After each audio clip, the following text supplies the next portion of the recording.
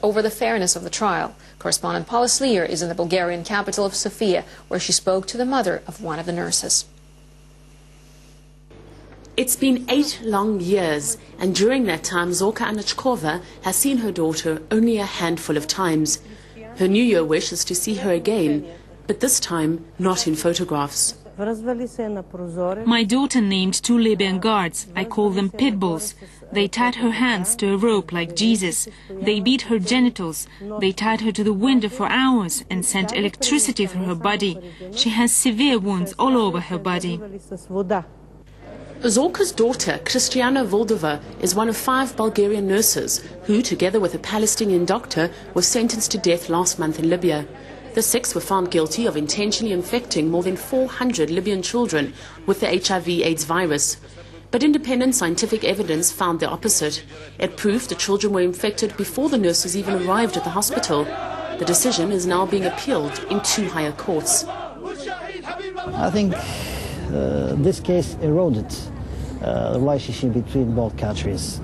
My proper opinion, my personal side, is that Bulgaria has to re-evaluate the relationship between both sides. Now it's over. But Bulgarians are hoping the fate of the nurses is not.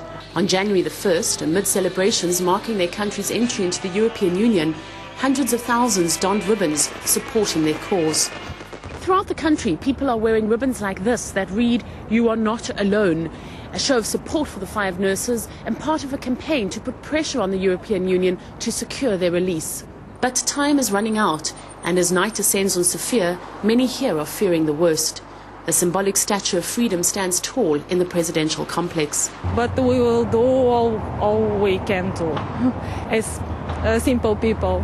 I have relatives who are working in Libya, that the conditions there are really poor.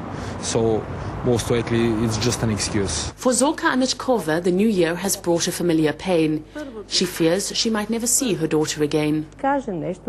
I don't know whether she'll be able to talk to me again. It hurts me here in my heart. I cried all last night. Does it say somewhere in the Quran that you can keep a person for 8 years without anything to prove that they're guilty?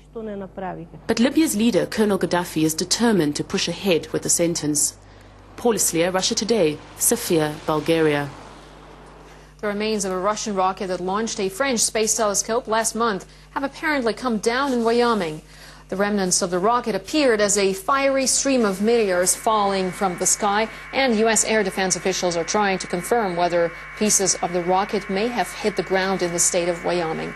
No damage was reported, and the debris is not believed to be hazardous, according to the agency. The French telescope satellite was launched from Russia's Baikonur Cosmodrome and is on a 3-year research mission. Well, Russia is home to many unique creatures, but unfortunately more and more are becoming endangered. And one bird under threat is the